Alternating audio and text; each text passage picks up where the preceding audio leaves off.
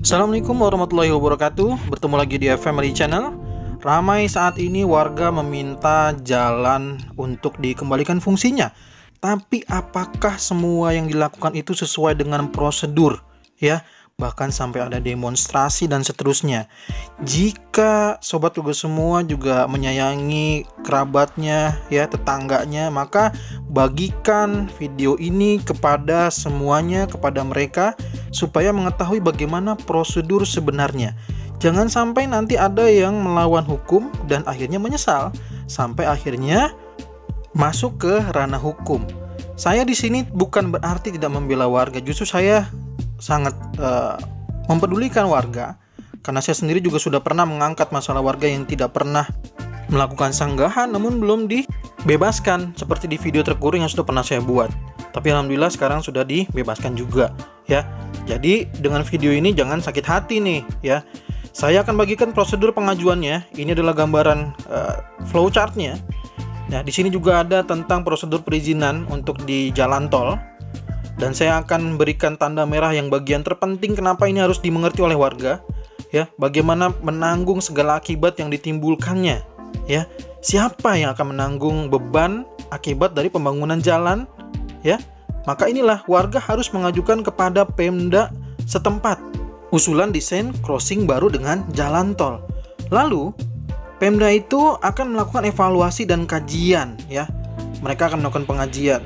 Nanti kalau sudah itu dia akan mengajukan surat dan Direktorat Jenderal Bina Marga itu akan membalas dengan surat juga. Nah, jika disetujui ini, Pemda akan mengajukan surat kepada Bina Marga untuk mendapatkan surat yang tadi itu, ya. Nah, seperti inilah kurang lebih suratnya. Surat yang nantinya akan diajukan. Nah, jika bisa dilanjutkan, maka BPJT akan melakukan evaluasi desain. Jika disetujui lagi, maka BPJT dan Bina Marga membuat surat persetujuan, ya. Jika tidak disetujui, maka tidak ada konstruksi. Nah, Badan Usaha Jalan Tol itu nanti melakukan review desain jika memang disetujui. Nah, lalu BUJT membuatlah site instruction, ya.